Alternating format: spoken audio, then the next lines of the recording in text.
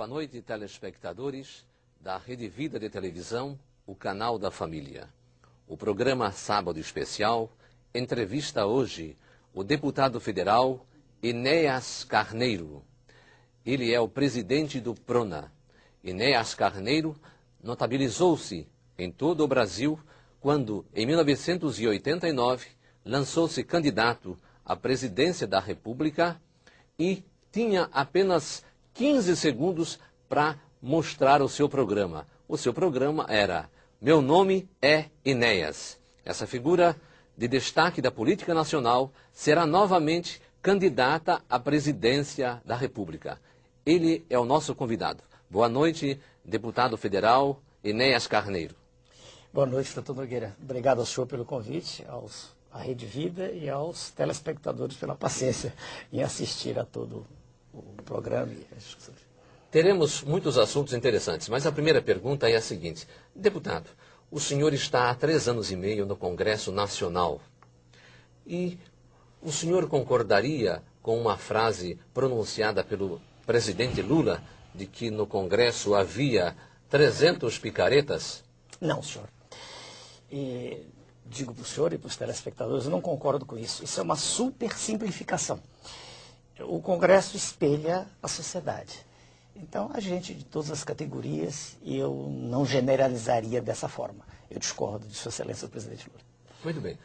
No ano passado e neste ano, as denúncias que vêm do Congresso Nacional envolvendo mensalão, mensalinho, envolvendo sanguessuga, tem vários deputados arrolados aí, incluídos como denunciados. O senhor recebeu também alguma oferta de alguma propina ou alguém tentou fazer o senhor mudar de partido? Não, senhor. Desde que lá cheguei, e chegamos, né? Todos nós que fomos eleitos com aquela votação que o senhor já mencionou, eu jamais recebi nenhum convite desse gênero. Jamais, eu não posso dizer isso. E, claro, daqueles que comigo foram, 4 saíram. Certamente receberam o convite, não posso afirmar que foi dinheiro, mas foi para ter vantagens, auferir vantagens que não teriam ficando no programa. Nós estávamos contrários àquilo que se chama a base governista, quer dizer, o sustentáculo, a sustentação. Então saíram 4 e ficou apenas o doutor Elimar Massa Damasceno, que está comigo, colega. Muito bem. Nas últimas eleições proporcionais, o sempre candidato à presidência da República desistiu e saiu candidato a deputado federal. E foi o mais bem votado da história do país. Enéas Carneiro Ferreira teve... Ferreira Carneiro teve 1.560.000 votos. Nunca se viu votação igual em todo o país. Até o ex-governador de São Paulo, Paulo Maluf, era o mais votado, com 670.000 votos. Como que o senhor explica essa votação? É complicado explicar. Eu já tentei entender isso diversas vezes. Já conversei com colegas neurologistas, sociólogos, e há uma interação, né, direta entre mim e o eleitor. Eu não tenho cabos eleitorais, não fiz contato com nenhum prefeito, não fui a cidade alguma. É um contato direto pela televisão. Eu quero crer que é a maneira como eu falo, que já tinha dado um resultado semelhante da eleição para presidente da República em 94. Eu tive quase 5 milhões de votos. Como é que o senhor fala? O senhor sabe, no horário gratuito, eu transmito aquele sentimento que é do homem comum. Eu sou um homem comum, não me contaminei, né? E com excelência, nada disso. E quando eu falo no horário gratuito, eu transmito para o eleitorado aquela sensação que é própria do homem, a indignação com o modelo, não é com uma pessoa, o modelo de que nós falaremos daqui a pouco, o modelo que leva o nosso povo a uma situação de escravidão. É essa a questão. Eu quero crer que é a verdade, é o não comprometimento com o modelo que faz com que o cidadão comum perceba que eu não pertenço ao sistema.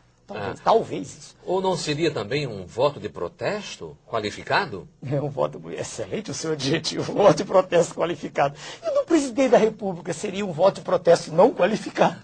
Porque aí não qualificado. Sua Excelência, o presidente é notoriamente inculto, né? Não, ao longo da vida não tem formação específica em área alguma, e eu já disse a ele, não estou falando, né, sem ele estar presente, disse a ele em 94, e aliás eu temia por tudo que veio a ocorrer 10 anos depois. E, se quiser, o que é protestar? Quando as pessoas votam contra um indivíduo, estão protestando contra ele. Eu penso que sempre há um protesto. Quando as pessoas votam contra o modelo que era chamado neoliberal aí, acreditando que Sua Excelência, o atual presidente, ia fazer diferente, estavam protestando. Quando as pessoas votam em mim, elas querem uma palavra, elas querem uma voz, elas querem uma expressão contrária ao modelo. E tem comigo isso. Eu não me curvo. Em nenhum instante eu cedi à tentação. A tentação de estar do lado do governo. O deputado federal, Enéas, com 1.560.000 votos, levou também para a Câmara Federal mais 5 deputados do seu partido, Prona. Por favor, o senhor se lembra qual foi a votação desses 5 outros deputados? Sem citar nomes, porque não me... Por favor, porque não interessa, não interessa citar, são ilustres desconhecidos da população. Foram 600 votos. 600 votos? 400... 275, 382. Então, nem para nada. Veja, telespectador, pelo coeficiente eleitoral, São Paulo, para cada 250.000 votos dados a um partido, teria um deputado federal aproximadamente isso. Eleito. E, no caso do deputado, ele teve sozinho 1.560.000 votos. Por conta dessa votação... Na verdade, nós estamos desprezando 10 mil, que é 70. Então, por conta dessa votação, ele conseguiu eleger 5 desconhecidos deputados. Eram profissionais gabaritados? Não. Nas suas áreas, sim. Que áreas? Médico, professor. 2 médicos, professor de filosofia, advogado, sim. Profissionais que estavam comigo há... pelo menos há 3 décadas. E eles... 2 décadas. Ao chegar lá, eles continuam no Prona? Não. Não? Onde eles estão? 3 estão no PP, Papa, e antigo PPB, e 1 está no PL. Mas, de novo, isso é uma opção deles, né? Quando se chega ao Congresso, veja, doutor Nogueira, a pessoa se deslumbra. Não, podia ser uma opção deles, uma opção, mas um respeito à sua votação, ao seu partido, gratidão, que lhes garantiu uma cadeira de deputado federal por São Paulo, o maior estado da federação, e a sua votação é maior do que de muitos senadores e de candidatos ao governo de estado. É verdade. Mas aí o que se passa aí é compreensível quando se atenta para o privilégio que se tem na casa. Nós estamos ali como se estivéssemos numa corte. Né? Há muita vantagem. Não estou falando pecuniária, Sandiro. O senhor tem um elevador particular, o senhor é chamado de excelência. Se a pessoa não tiver uma estrutura, né, de caráter que a mantenha imune, né, é natural que queira ir para o lado do governo. Porque o governo tem muito mais poder. O governo, estou falando do executivo. Veja, o senhor falou ali mensalão. O que foi isso, em última análise? Isso foi a ingerência direta do executivo. Eu costumo dizer, do outro lado da rua, já disse isso, né? Lá na nossa casa, no tribunal, foi ingerência direta do executivo. Com todo o poder de que dispõe, ele comprou consciências, não há dúvida quanto a isso. Né? E, lamentavelmente, o número foi significativo. Assim se explica a aprovação de uma série de medidas provisórias absolutamente nocivas à população. Quando eu falo população, estou falando população de baixa renda, aquela que precisa mesmo do Estado. Né? Então, a reforma da Previdência, reforma tributária e tantas outras coisas. Então, a bancada do Prona... reduziu-se a 2. Com muito orgulho, estamos no Prona, deputados federais, eu e o doutor Elimar, que é um amigo, irmão e uma pessoa por que eu tenho estima, respeito e admiração pela sua decência. Então, e aliás está aqui em nosso estúdio. Nossos agradecimentos ao deputado federal do Prona. É médico também? É colega. Muito bem. Doutor Enéas, o senhor é médico, o senhor é matemático e o senhor é físico. Qual é a sua opinião sobre o presidente Lula? O senhor votou nele em 2004? Não, senhor, eu anulei o voto. Sua Excelência, o presidente, eu já disse agora, é uma repetição, é profundamente inculto. Isso não quer dizer nada. Podia, ao ter chegado à presidência, manter-se fiel às suas origens. Não o fez. Sua Excelência, o presidente Lula, tem um comportamento semelhante àqueles que o antecederam. Ele é um súdito do poder internacional, do poder mundial. E começaram os índices referentes à educação, saúde e segurança pública, são iguais ou piores do que eram em governos anteriores. Então não há nada a elogiar no governo de Sua Excelência. Sobre a pessoa em particular, não cabe tecer comentários. Eu não gosto disso, não leva a nada. Vamos falar da ação. A ação governamental de Sua Excelência, o presidente, é a pior possível. Estamos diante do pior governo que o Brasil já teve. Sempre já disse isso ao vivo. Em números, prova isto. Opa, mas é simples. Escolha qualquer área. Educação, segurança, saúde. Educação temos aqui. Educação. Sua Excelência, o ex-presidente, gastava, os 3 últimos anos, 2000 e 2002, um número médio em torno de 19 bilhões de reais. Sua Excelência... Quem é, senhor? O senhor está falando do Sua Fernando Henrique? Excelência, presidente Fernando Henrique. Em 2000. 2019, a fração não é cansativa, números médios, 19 bilhões. Sua Excelência, o presidente atual, que acaba de dizer há pouco que isso é falha da educação, ele gastou menos, 16 bilhões. 15, tudo em bilhões, né? 10 elevado a 9 a potência. 3 bilhões a menos, passados 5, 6 anos. Muito bem. Isso na área da educação. Educação. Na área de saúde pública, separado de saneamento, só saúde pública, os números eram até 2002, eles eram da ordem de grandeza de 36, deixa eu ver, bilhões, 36, 38, bilhões. 2003, 32, 2004, em 2005 ele se aproxima um pouco, chega a 37, e já cai de novo em 2006. Considerando a elevação do número... Considerando que a população aumentou. Diminuiu. Diminuiu. E em segurança a coisa é pior ainda. Segurança pública, se o senhor olhar para os números, são todos tirados de fundos oficiais. Né? Até 2002, a média, como o senhor observa aqui, era em torno de 23, 21 bilhões. Né? Ela cai significativamente, se o senhor olhar, para 16, 17, 18. Isso considerando, primeiro, o aumento da população, que não está aqui mencionado, e a população carcerária, que também aumenta. A criminalidade aumentou. Aliás, ela vem aumentando, fruto, de novo, de um modelo perverso. Um modelo em que a distribuição de renda está entre as piores do mundo, no nosso país. Né? Então o presidente não investiu em segurança pública? Não. Sua Excelência, o presidente, pagou as maiores taxas de juros do mundo, no seu exercício, a sua ação presidencial. Sua Excelência fez com que os lucros dos bancos fossem os maiores de toda a história. Então, quero eu crer que não mudou coisa alguma. Ou melhor, mudou sim, piorou. Por isso não pode haver elogios.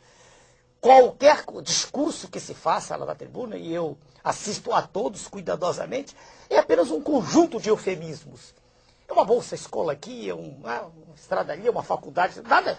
Quando nós pegamos o contexto todo, ele está pior, sem dúvida. Aliás, perdoe-me, rápido, eu sou sintético, sabe? Aliás, é só andar pelas ruas. O sentimento de tristeza nacional é notório. Você observa em qualquer rua de qualquer cidade, tristeza, de decepção. Porque Sua Excelência, o atual presidente, era, não para mim, mas para grande parte da população, uma esperança.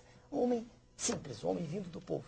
Lamentavelmente, Sua Excelência, o presidente, entregou-se ao modelo. Sem dúvida.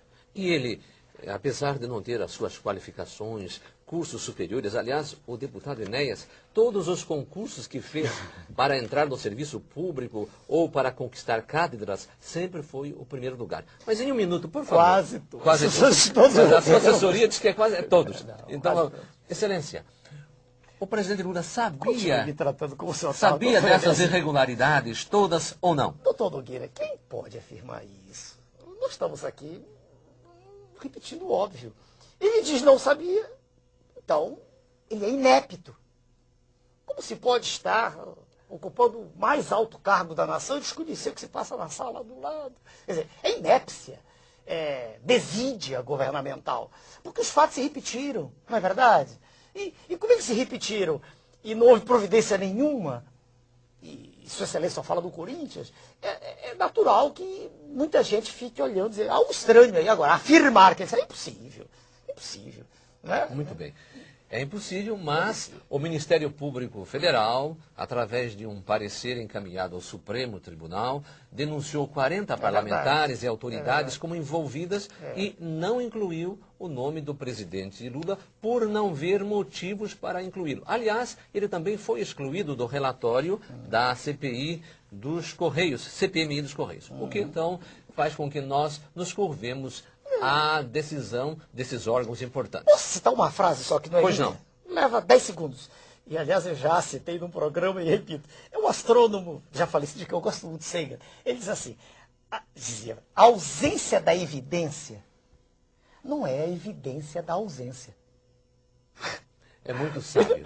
A ausência, o fato de não existir a evidência, não garante que a evidência não existe. Muito bem. No próximo bloco, estaremos novamente entrevistando aqui, continuando a entrevista com o deputado federal Enéas Carneiro, que aqui tem bem mais do que aqueles 15 segundos que o notabilizaram em todo o Brasil.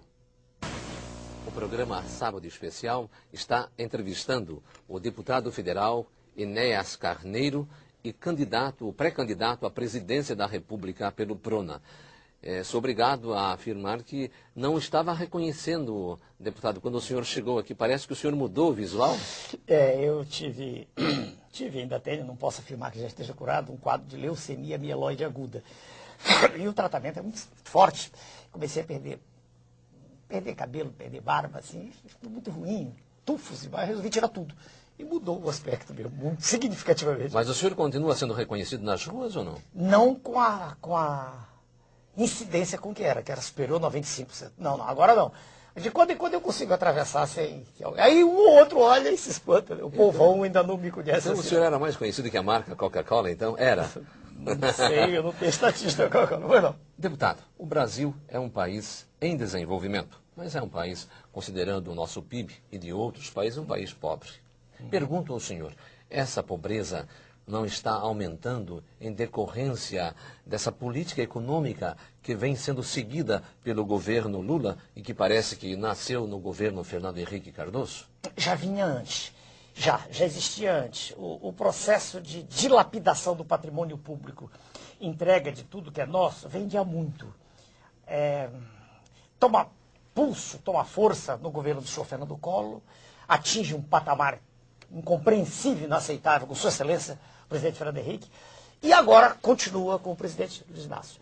O que, já que o senhor me pergunta, a resposta pode ser traduzida assim, existe uma questão central.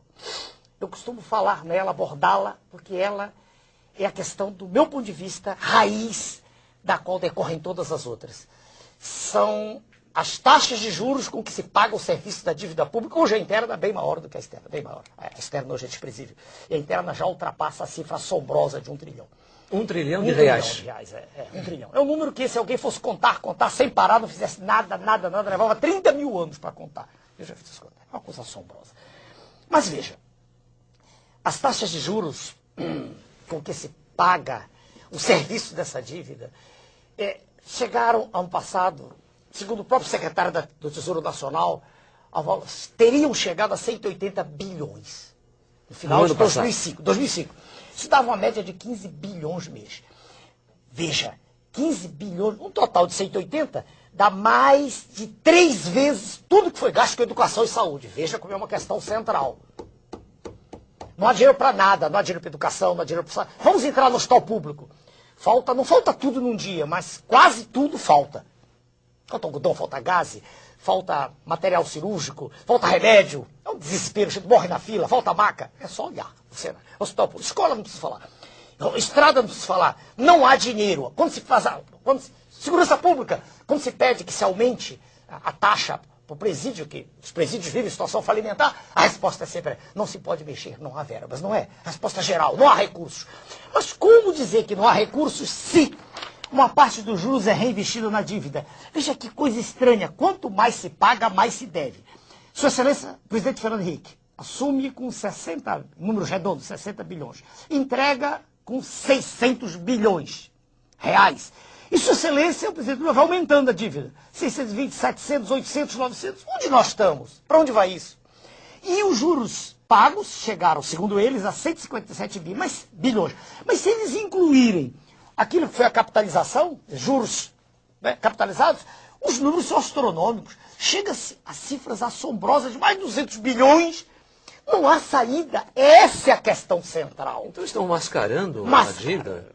A dívida não, o serviço da dívida. A dívida aparece com mil e uma injunções, papéis que são colocados noutras rubricas, mas a dívida ainda aparece. O questão central. Então estão mascarando a dívida? A dívida não, o serviço da serviço da dívida. A dívida aparece com mil e uma injunções, papéis que são colocados noutras rubricas, mas a dívida ainda aparece. O que não aparece é que a cada instante uma parte desse serviço é acrescentada, é adicionada. Por isso a dívida cresce. Mas veja, doutor Nogueira, isso é assombroso. É assombroso porque nós vivemos no seio dos países pobres, mas como pobre? Se nós temos o maior contingente de água potável do planeta, 21%. Como pobre, se nós temos uma riqueza mineral que ninguém tem. Eu conversava com o senhor e converso sempre com qualquer colega, qualquer pessoa, perdoe-me tratá-la assim, que queira trocar ideias. Nós temos de nióbio um elemento químico fundamental para a indústria aeronáutica, sem o qual o avião supersônico não levanta voo. Temos 97% a 98% do mundo aqui. A região de Araxá, em Minas Gerais, um pouquinho na Amazônia. Quer dizer, como se explica que nós não tenhamos o monopólio da venda de nióbio no mundo, se só nós temos? De onde o senhor tirou esse percentual? O senhor o encontra em diversos sites. Eu não trouxe, mas não é difícil. É reconhecido internacionalmente isso aí? Sem dúvida, sem dúvida. Se o senhor procurar até na internet, o senhor o encontra. Nióbio, óbvio, eu tenho a satisfação de dizer para a população que eu fui o primeiro candidato à presidência da República que falou nisso, não se tocava nisso, era tabu. Eu fui o primeiro. Nióbio, né? N-I-O-B-I-O, nióbio. Pois bem, eu fui, mas não se toca nisso, isso é tabu. Agora, só o nióbio permitir-nos-ia ter uma moeda própria, lastreada nele. Entendeu? Nós podíamos ter nossa, não atrelada ao dólar, só ele, só o... E sem falar no quartzo, o nosso é de primeira qualidade. Em suma, quando aparece a capa da revista do roubo do urânio, o senhor pode ter mostrado, né? Roubo do urânio, contrabando de urânio, eu me divirto um pouco, porque isso é extraoficial, é verdade, estou roubando. Mas o nióbio é infinitamente pior, porque é oficial, o senhor entende? É oficial. Quer dizer, se nós calculássemos quanto é gasto de nióbio em toda a indústria aeronáutica mundial, do planeta, planetária, não é verdade? E víssemos quanto sai daqui, o que entra deveria ser compensador, e não é. A coisa veja o senhor, é avassaladoramente desastrosa para o país. A questão mineral no país é uma questão, do meu ponto de vista, que tinha que ser abordada de saída. Não podia haver nenhuma concessão, porque riqueza mineral é de uma safra só, é de uma vez só. Nós não temos outra safra de nióbio, nem de quartzo, nem de manganês. Nosso manganês já está nos Estados Unidos, na Pensilvânia, compondo as chamadas reservas estratégicas, está lá. E quando o nosso manganês, ainda temos manganês, temos urucum, Mato Grosso, mas quando acabar todo, aí nós vamos comprar pelo preço que eles quiserem. Não quero fazer discurso, eu estou respondendo um pouco animado, porque essa questão mineral me preocupa há muito tempo. Eu estudei, honra ao mérito, com o almirante Gami Silva, que tomou conta daquele projeto da Amazônia, um homem culto, preparado. Estudei muito. Ninguém fala nisso. E por que o senhor não falou isso na Câmara Federal? Mas já falamos. Ninguém repercutiu isso aí? Não, essa informação não tá é muito séria.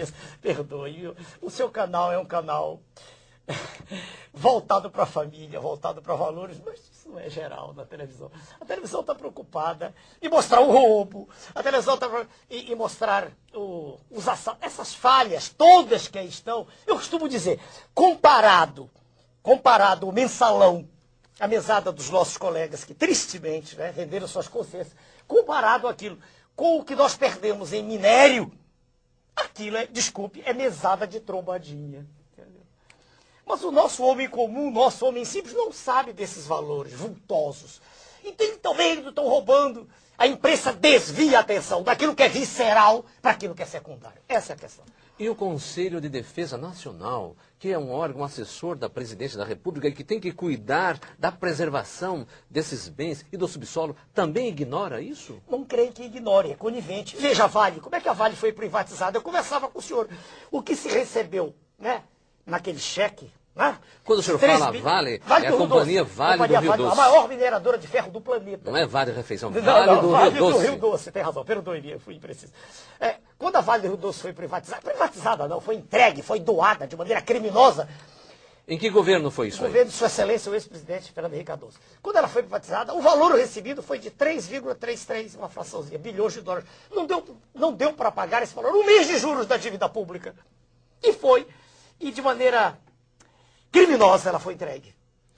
E interessante, telespectador, que anualmente a gente examina os balanços dessas empresas privatizadas e os balanços apresentam lucros líquidos bilionários. A Vale do Rio Doce, por ano, tem lucro líquido de 10 bilhões de reais, sendo, aliás, uma das ações também muito disputadas no estrangeiro. Se o senhor me permite, ninguém diz que o valor dela era superior a 1,5 trilhão.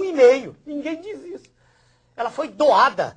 Essa é a questão. Quem estava por trás? Vamos dizer, quem estava por trás eram grupos multinacionais poderosíssimos. Haja vista a presença do senhor George Soros, um dos mega bilionários do planeta. Estava fazendo, por acaso, alguma caridade ao investir na Vale do Rio Doce? A Vale do Rio Doce era, e ainda continua sendo, uma questão estratégica, porque os minérios representam a nossa segurança. Quando ele compra a Vale, isso fica para o próximo bloco, eu sei que o senhor vai já falar, ele está comprando ativos reais, e não ativos financeiros, moeda falsa. Ele está comprando riqueza real. Então, pelas suas explicações, a Vale do Rio Doce, ela não foi privatizada, foi expropriada. Exatamente. Vendeu-se o controle, porque ela não foi vendida, o que se deu foi o controle das ações. Né? Uma parte pequena, mas quem comprou passou a ter o direito de dizer o que explora, quando explora, para onde manda e por quanto. Então o seu lucro também, que é astronômico, está sendo repassado para o estrangeiro? Claro. Deputado. É capital internacional. É o poder mundial apoderando-se das riquezas dos países ditos em desenvolvimento. Nós somos, na verdade, perdoe o senhor, perdoe os telespectadores, os colegas que estão participando, nós somos uma colônia gigantesca. Deputado, e também nas telecomunicações? Telecomunicações. Aconteceu a mesma coisa? Mesma coisa. Terrível.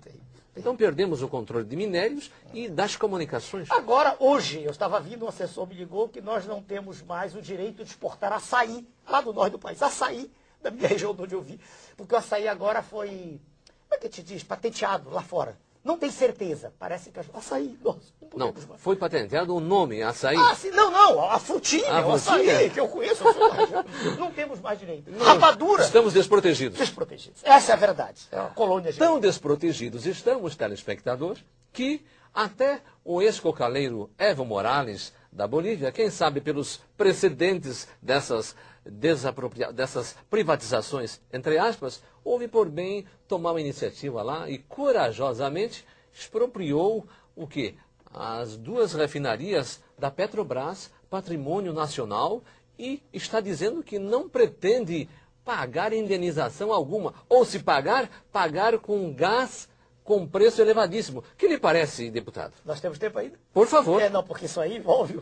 Por favor, deputado. Na ocasião... O senhor tem aqui todo o tempo. Por causa do tempo, eu sou... O senhor já foi muito violentado por essa questão de tempo aí.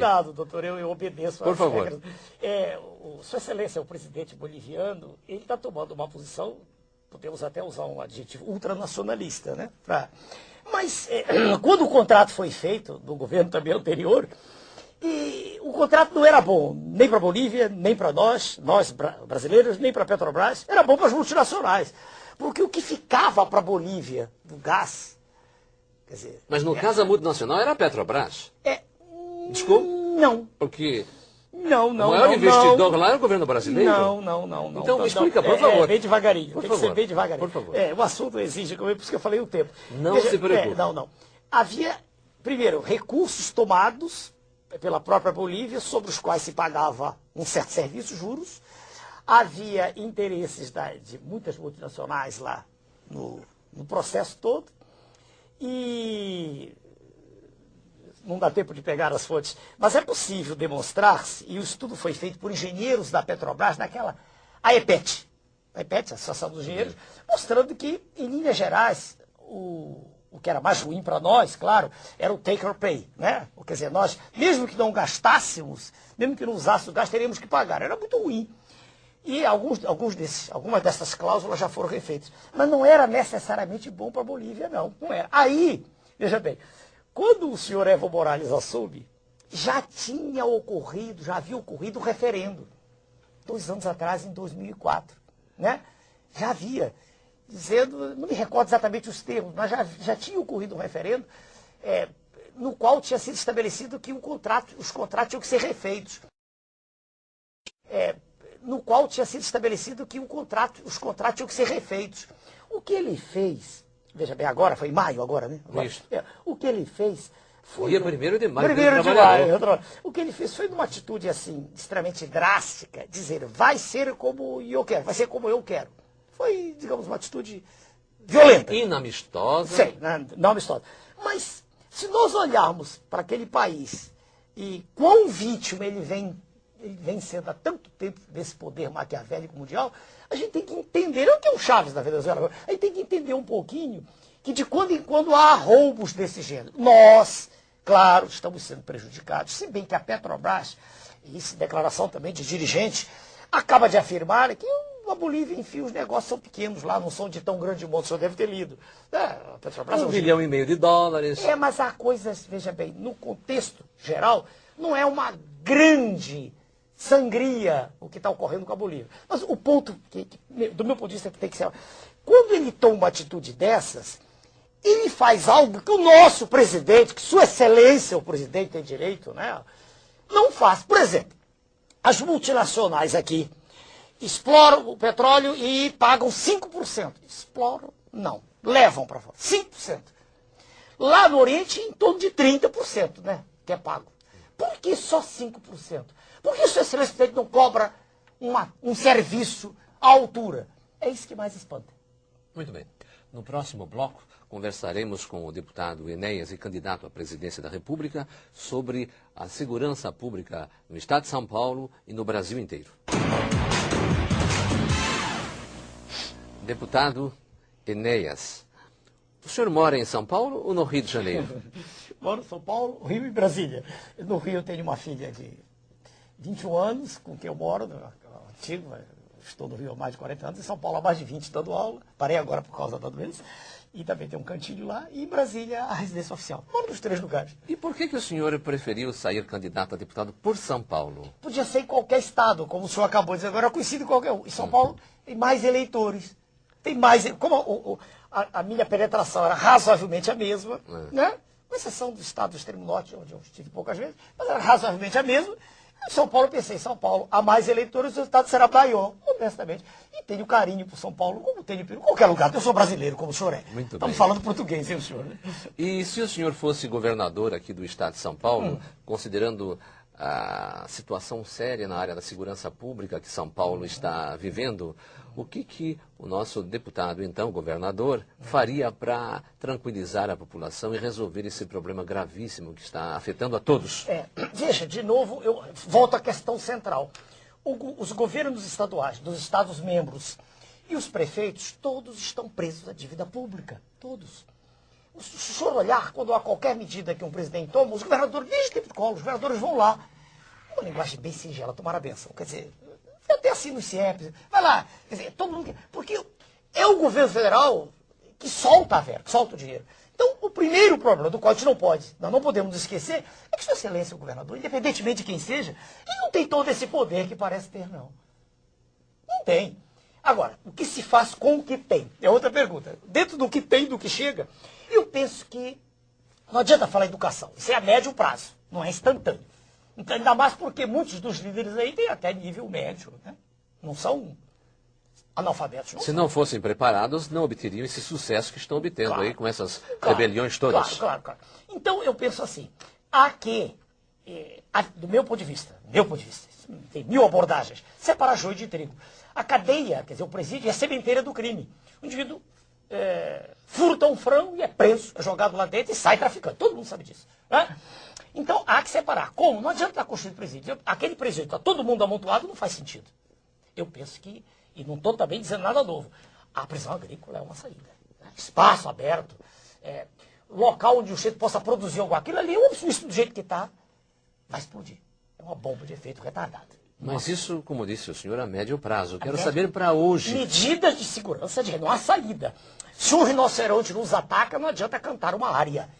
Há que ter medidas punitivas drásticas. Não a pena de morte, que nós somos contrários a ela, como somos contrários ao aborto, qualquer forma de eliminação da vida. Né? O PRONA tem como cláusula pena. Então, nesse sentido, o senhor criticaria, então, a atitude do governador Cláudio Lembo, que não aceitou a ajuda federal? É difícil. É difícil a resposta. Veja bem, segundo ele, o efetivo da Polícia Militar é suficiente. Eu ouvi a declaração dele, ouvi do comandante da polícia. E, veja bem, na medida exata em que ele dizia isso, e eu me ponho na posição de acreditar, eu não sou do partido dele, não disso, acreditando na autoridade que ele tinha condições de deter o processo, eu creio que ele não tinha por que pôr a polícia. Primeiro, porque o Exército, no caso, não está preparado para isso. O Exército apenas é uma demonstração psicológica, né? O Exército não está. Para defender o território nacional, seria? Segurança nacional é uma coisa, segurança pública é outra. E aqui é a segurança da família, da sociedade, do cidadão que trabalha, que paga imposto. E houve pânico. Não adianta dizermos que não houve. Houve pânico. Haja vista os supermercados fecharam, as escolas, tudo. Houve pânico. Então, quando você me pergunta se... ele responde, é difícil. Estar na posição são decisões difíceis. Agora, ele houve por bem fazê-lo e, logo no dia seguinte, se não me engano, pararam. Fala-se de acordo. É isso que eu pergunto. O senhor conversaria com os bandidos? Não. Eu não. Eu não o faria. Eu não o faria, mas eu não posso afirmar que houve, de novo, a história, porque foram pessoas lá conversar com eles, um advogado, não foi? E logo depois cessou tudo. Mas eu não tenho autoridade aqui para dizer exatamente o que houve. Não sei. Não sei. É impossível, né? Não sei. Mas, repito, a questão prisional, essa questão do ponto de vista da criminologia, ela tem que ser examinada rapidamente. Estamos sentados no barril de pólvora, não há dúvida. O presídio é uma escola de criminalidade. Não tenha dúvida. Escola de crime aqui. Né? Aliás, o senhor também não acha que deveria haver uma política nacional de segurança pública? Porque é impossível você hoje situar pontualmente um problema de São Paulo. O problema da segurança, ele extrapola. Nós temos bandidos que vêm de outros estados, pessoas de São Paulo que vão para outros estados. Então, há que haver uma interligação. E isso quem põe é a presidência da República, o governo federal. Há que existir e já está passando do tempo, sem dúvida. E a Câmara Federal e o Senado Federal também poderiam agir? Seria um colegiado, penso eu assim. Seria uma decisão, veja o senhor, tomada em conjunto. Eu penso que está passando a hora. É minha opinião. Né? Minha opinião que está passando. Nós não podemos continuar assim. A situação ela está de um jeito, e repare, isso vem ocorrendo, vem piorando, né, com os tempos. Essa situação está levando a intranquilidade aos lares dos brasileiros, sem dúvida. Né? Ninguém mais tem tranquilidade para ir à rua. É verdade. Muito bem. Espero que o senhor, durante a campanha eleitoral, apresente, então, como candidato à presidência, um programa que privilegie essa política nacional de segurança pública. Começando com recursos, como acabei de lhe mostrar. Que estão diminuindo. Como da educação, como da... Repare que existe sempre a questão central, como ele disse. Né? Os recursos são desviados e aí não há recursos. Né? Desculpa. Muito bem. Deputado, o senhor teria, na sua atuação federal, algum projeto na área energética? Tenho. Qual é? Tem. Eu e o meu colega, o doutor Elimar, apresentamos um projeto que já passou por 3 comissões, ganhamos em 2. Ganhamos, quer dizer, o projeto foi aprovado, e uma comissão o voto foi contrário, mas a tese... Um minuto? Por favor. A tese consiste no seguinte, nós propomos a substituição em todo o território nacional dos combustíveis derivados do petróleo, fóssil, né? Combustíveis oriundos da biomassa. Quer dizer, o álcool e óleos vegetais. Nós conseguiremos, se for porque agora irá para o plenário daqui a algum tempo, esperamos que nessa legislatura ainda, nós conseguiremos uma coisa inédita. Todo o petróleo nosso será exportado, veja. Olha quantas divisas teremos, todo o petróleo. E nós teremos a não poluição da atmosfera, né? Porque os combustíveis de origem fóssil, além de estarem no final da sua vida, né? O petróleo acabará 2, 3 décadas, 4. Esses não, o reator a fusão nuclear está lá em cima, é o Sol, que nos privilegia e nos dá uma condição que nenhum outro país do mundo tem. Quer dizer, com álcool, né? E óleo retirados dos vegetais, utilizando uma parcela pequena, em torno de 15,8 milhões de hectares, que é quase em torno de 4% da área toda cultivável, né? Se nós fizermos isso, nós teremos fixados na terra os homens de lá. Diminuiremos em muito o êxodo rural. Teremos uma condição de a pessoa trabalhar no seu habitat natural. Geraremos, todos nós, se isso for aprovado para o bem do nosso país, alguma coisa em torno de mais de 10 milhões de empregos, com pessoas trabalhando naquilo de que gostam no campo. Essa é a ideia de maneira bem geral. E este projeto? Se nós fizermos isso, nós teremos fixados na terra os homens de lá. Diminuiremos em muito o êxodo rural. Teremos uma condição de a pessoa trabalhar no seu habitat natural. Geraremos, todos nós, se isso for aprovado para o bem do nosso país, alguma coisa em torno de mais de 10 milhões de empregos, com pessoas trabalhando naquilo de que gostam, no campo. Essa é a ideia, de maneira bem geral.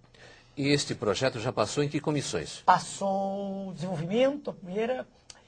Meio ambiente perdeu, a argumentação dos colegas foi que iria prejudicar, o que é uma insensatez, não, pelo contrário, vai retirar gás carbônico da atmosfera, diminuir o efeito estufa, né? Nós estamos usando a fotossíntese, algo que é natural, e foi um erro deles. Mas, agora Minas e Energia passou, e terá que passar por outras, ou ir direto ao plenário. Aí nós vamos ver a adequação, e depois irá ao Senado. Se nós conseguirmos isso é um grande... Parece,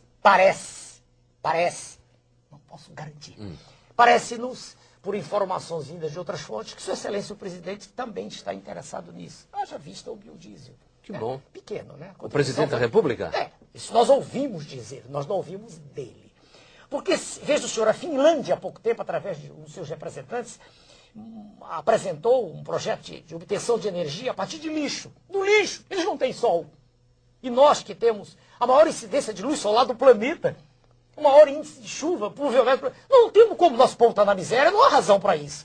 Então é uma redenção, é uma maneira de usar aquilo que nós temos. A biomassa é nossa. Né? Muito bem. Deputado, e com relação ao aborto, o senhor tem alguma atividade lá? Por favor. O mentor de todas as teses e que tem qualificação própria é o meu colega, o doutor Eimar. Mas ele me tem chamado de vez em quando para a Comissão de Seguridade e já houve pronunciamentos nossos extremamente duros. O aborto está dentro do projeto mundial, neomalthusiano. Tudo o que se diz em torno disso é eufemismo, é conversa fiada.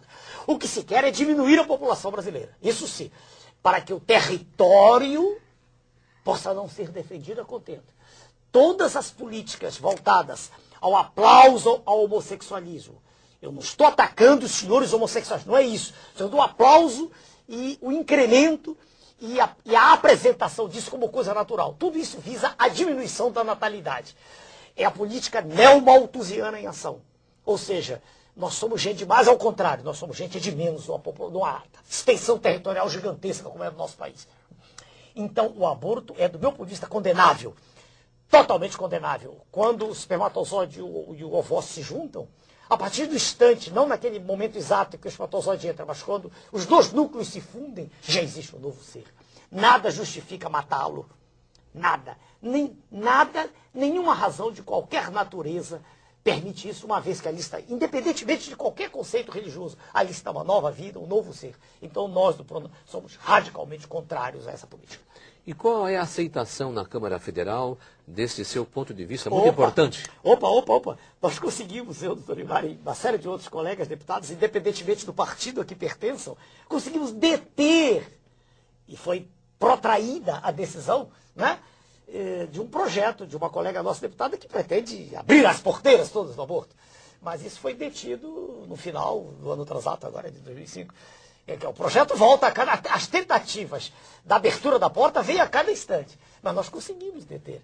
Então, foi alguma coisa positiva que conseguimos. Como o senhor estará fora da Câmara Federal, quem continuará essa batalha doutor lá? Elimar.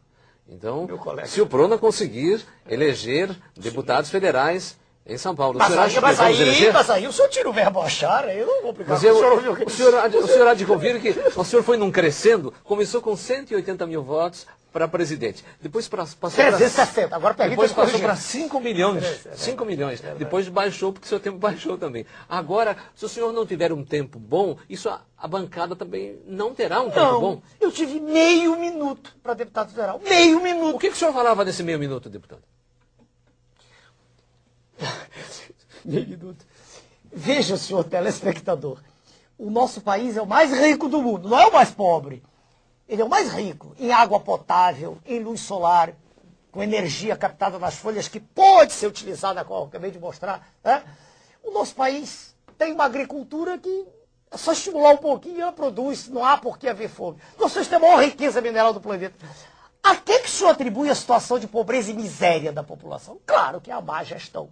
Claro que é ao fato de nós termos títeres governando o país, que são, na verdade, representantes legítimos de um poder monstruoso, que é o sistema financeiro internacional. A nossa proposta é lutar contra isso, é fazer com que o Brasil se coloque de pé e deixemos de ser colônia das multinacionais. Deve ter falado 1 minuto e 40 segundos, não preparei antes, coisas desse gênero. E falou tudo, é por isso que teve essa votação astronômica. Nada diferente disso. Finalmente, para encerrar o programa, deputado, o senhor também tem uma grande preocupação com o mascaramento contábil dos ativos financeiros apresentados internacionalmente. Para encerrar o programa, 2 minutos. 2 minutos? O senhor está me dando uma eternidade. Eu acho que o senhor tem que se acostumar com isso aqui na Rede Vida. Muito obrigado ao senhor. O que se passa, senhor telespectador, é que antigamente ainda com transações em dinheiro, cheque. Hoje não. Hoje com o advento, né, e cada vez mais intenso, das comunicações através dos computadores, quando se aperta um dedo, né, se põe o dedo numa tecla de computador, transferem-se fortunas de um país para outro, de um ponto para outro planeta. E o que gira em ativos financeiros é de uma ordem de grandeza em torno de 6 trilhões de dólares. Dia. Isso é muito mais do que o total das transações em comércio e indústria, que chegam a alguma coisa em torno de 2 a 3% desse valor. É evidente que o que se faz então é uma fantasia. Vive-se numa gigantesca, como se fosse uma mesa de bilhar, uma gigantesca fantasia. A riqueza real está nos países ditos em desenvolvimento, são riquezas naturais. E delas se apropriam os donos dos ativos financeiros. Assim compraram a Vale do Rio Doce, assim compram terras na Argentina, compram terras no Brasil. E é preciso que nós acordemos para isso. É preciso, eu sei que é dura a frase, mas é preciso ter coragem para enfrentar o sistema financeiro internacional. O deputado disse, em resumo, que também há empresas com patrimonialização insignificante, mas ações com valores astronômicos nas bolsas. Então, o patrimônio da organização, 6 bilhões de dólares, mas as ações em bolsa valem 100 bilhões de dólares. Quer dizer, é um sonho, mas em realidade é um castelo. E, em cima desse castelo, muitos sonhos se destroem. Pessoas que investem, acreditam no mercado financeiro e ficam sem nada. Mas são os pequenos, né? Não têm acesso à informação privilegiada. Porque, se o senhor olhar os mega especuladores, dificilmente perdem. São números vultosos, são quantias, número vultoso, a expressão está imprópria, são quantias vultosas, são valores aos quais nós não temos acesso, são milhões, bilhões de dólares, transitando como bits, né, de informação de um lado para o outro planeta. Essa é a verdade. Deputado, muito obrigado por sua entrevista. Sucesso ao senhor dentro do possível, apesar do pouco tempo que vai ter na televisão. E esperamos que o senhor volte aqui à Rede Vida para conversar com o telespectador do Sábado Especial. Muito boa noite.